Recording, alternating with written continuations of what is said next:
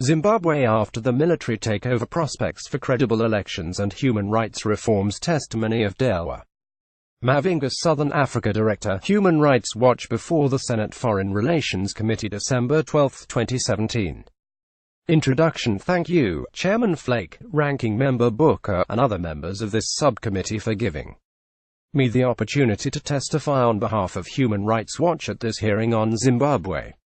I would like to request that my statement in its entirety be submitted for the record.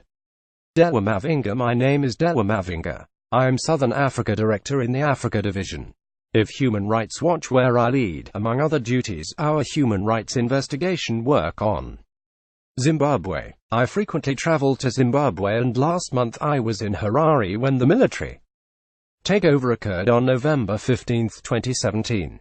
I have met with leaders of the main political parties, private media, and key civil society groups to assess human rights conditions since the military takeover and ahead of national elections scheduled for 2018. As Zimbabwean national myself, I maintain daily contact with local activists and religious and business leaders in the country who regularly update me on the situation there. Mr. Chairman, my testimony will first lay out the human rights situation in Zimbabwe since the military takeover of government functions on November 15, and then highlight key recommendations to the U.S. government for action to press the new Zimbabwean government to ensure a rights-respecting environment leading to democratic, credible, transparent and peaceful elections and political stability thereafter. 2. Current human rights situation. The military takeover and Mugabe ouster. Following the military takeover, Robert Mugabe resigned as president on November 21 after 37 years of authoritarian rule marred by countless serious human rights violations. On November 24, Mugabe was replaced by his former deputy, Emmerson Mnangagwa, who has his own long record of rights violations. In his inaugural speech, Mnangagwa confirmed that elections will take place by August 2018 as scheduled, but he did not address critical issues, notably the security sector, media, and electoral reforms necessary to ensure credible, free, and fair elections. There has been no indication that the Mnangagwa administration intends to ensure the independence and enhance the professionalism of the Zimbabwe Electoral Commission (ZEC), as reports of abuses by the military since the takeover began to emerge. The excitement and euphoria that many Zimbabweans greeted the end of Mugabe's rule quickly fizzled out to be replaced by uneasiness and uncertainty. Allegations are rife that between November 14 and 24, the army arrested and detained a number of Mugabe's associates without providing information about the arrests or places and conditions of detention. Since the military takeover, soldiers have not returned to the barracks, but instead are now involved in policing the streets. This is the same military that has been credibly implicated in rights violations against the general population during the Mugabe years. Mugabe openly encouraged partisanship of the military as a tool for maintaining his grip on power. The new president, Mnangagwa, assumed office with military backing, and appointed two army generals to cabinet, Air Marshal Perence Shiri and Maj. Gen. Sibusiso Moyo. This raised concerns about Mnangagwa's independence from the armed forces, suggests further entrenchment of the military in civilian affairs. Legalization of military involvement in national politics. On November 24, High Court Judge George Chilwish ruled that the military intervention that led to Mugabe's ouster was lawful under Zimbabwe's constitution. Whatever the merits of the ruling, the judgment could embolden the military to carry out further incursions in Zimbabwe's political or electoral affairs in the future. The highly partisan stance of Zimbabwe's military leadership, particularly without meaningful security sector reforms, significantly reduce the chances that free, fair and credible elections can be held. 3. The military has a long history of partisanship with the ruling party, ZANU-PF, interfering in the nation's political and electoral affairs in ways that adversely affected the ability of citizens to vote freely. The partisanship of the security forces leadership has translated into abuses by these forces against civil society activists, journalists, members and supporters of the opposition political party. The Movement for Democratic Change (MDC). There is an urgent need, ahead of the elections, for Zimbabwe's Constitutional Court to review Judge Chiweshi's ruling, and ensure that members of the security forces observe strict political neutrality. Failure to ensure a professional, independent and non-partisan role for the security forces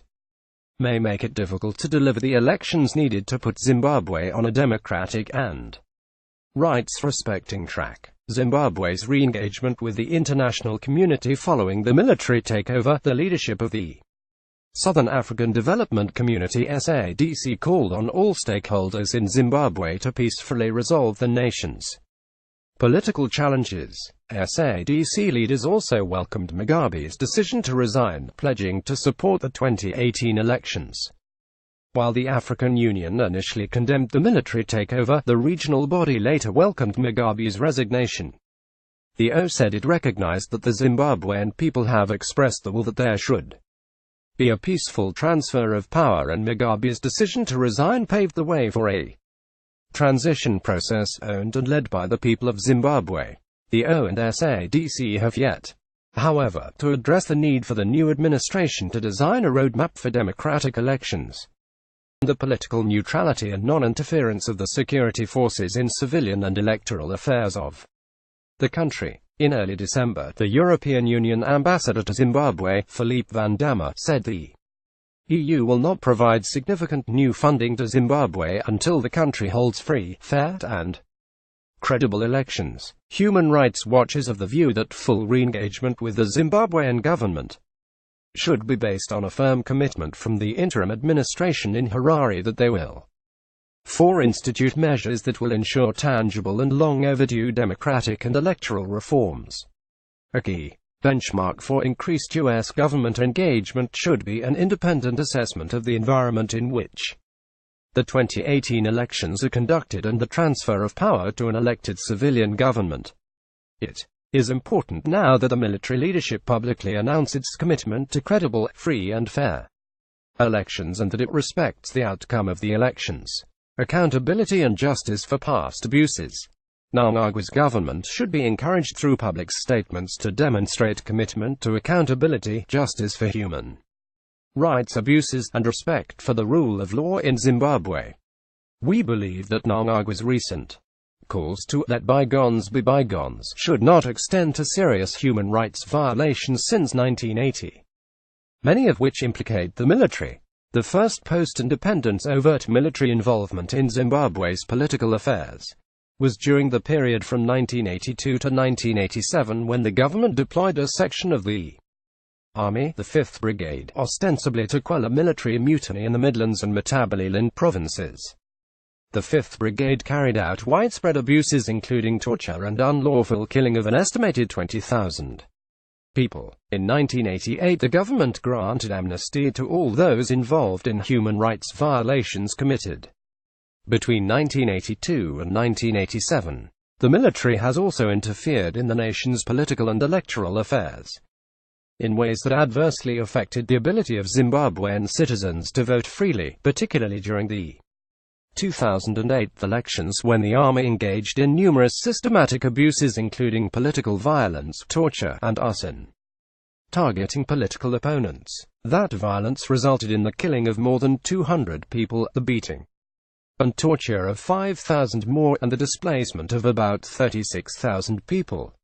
ZANU-affiliated military leaders who were implicated in the violence and abuses were never held to account.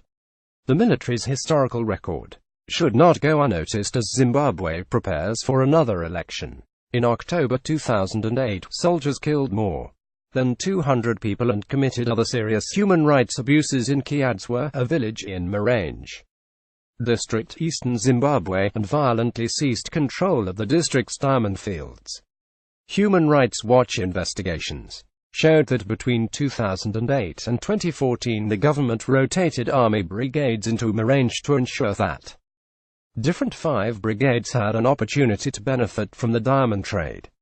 Soldiers harassed and threatened miners and other civilians into forming syndicates so that the soldiers could control diamond mining and Trade in Marange. Independence of the Zimbabwe Electoral Commission. Currently, the Zimbabwe Electoral Commission's Secretariat, which is charged with overseeing the 2018 election process, is dominated by partisan state intelligence and military officials. Electoral reforms should start with making the Zimbabwe Electoral Commission independent and professional. The Commission is compiling a new voters' register. Unlike countries like Botswana or Mozambique that guarantee the diaspora vote, there is no provision for Zimbabwean citizens in the diaspora to vote from outside the country, unless in diplomatic missions. In early December, the chairperson of the Zimbabwe Electoral Commission, Justice Rita Makarau, resigned from her post without stating reasons. Mnangagwa will replace Makarau with a former judge or a person qualified to be a judge. A key part of Zimbabwe's election credibility rests on ensuring that the chairperson is replaced by someone known to be independent, impartial, non-partisan and with the capacity to deliver a democratic election. If Makarau is replaced by a person aligned to the military and lacking in independence and professionalism, a credible election will not be possible. Restrictions on rights to freedom of expression, association, and assembly. The Mnangagwa government should also take steps to amend or repeal repressive laws such as the Access to Information and Protection of Privacy Act (AIPPA), the Public Order and Security Act (POSA), and the Criminal Law Codification and Reform Act. These laws were used under Mugabe to severely curtail basic rights through vague defamation clauses and draconian penalties. Partisan policing and prosecution has worsened the impact of the repressive provisions in the AIPPA and POSA laws. Failure to repeal or significantly revise these laws, and to develop mechanisms to address the partisan conduct of the police, leaves little chance of the full enjoyment of rights to freedom of association and peaceful assembly prior to and during the coming elections. 6.2. Key recommendations to the U.S. government. Historically, the U.S. government has shown a strong interest in promoting respect for the rule of law, good governance and human rights in Africa. The Trump administration has yet to demonstrate leadership on human rights issues in Africa, so it is more important than ever that Congress promotes human rights as a core pillar of U.S. foreign policy. To that end, Congress should support the people of Zimbabwe by calling on the Mnangagwa government to set and implement a clear roadmap for democratic elections. Specifically, Human Rights Watch urges Congress to 1. Maintain existing U.S. policy toward Zimbabwe until the military removes itself from politics and the 2018 elections are legitimately assessed to be peaceful, transparent, free, and fair, and the power is smoothly transmitted to the newly elected government. 2. Press, through public statements and support to non-governmental organizations in Zimbabwe, for accountability and justice for past serious abuses and respect for the rule of law. 3. Urge the Trump administration to make Zimbabwe's transition a priority in the region and to work closely with SADC to press Zimbabwe's political leadership to ensure the political neutrality of the security forces, impartially investigate and appropriately prosecute alleged abuses by military personnel, provide for the timely and sufficient deployment of domestic and called international election observers to Zimbabwe to promote credible, free and fair elections, and maintain such monitors for a suitable period after the elections to deter violence and intimidation and ensure the repeal or amendment of repressive sections of the Criminal Law Codification and Reform Act, the Public Order and Security Act, and the Access to Information and Protection of Privacy Act. 4. Provide direct financial and technical support to the government that comes to power through credible, free and fair elections that is committed to strengthening democratic state institutions and promoting the rule of law, good governance, and human rights. 7. Mr. Chairman, my sincere thanks once again for the opportunity to address this subcommittee. I'm happy to respond to any questions you or your colleagues may have.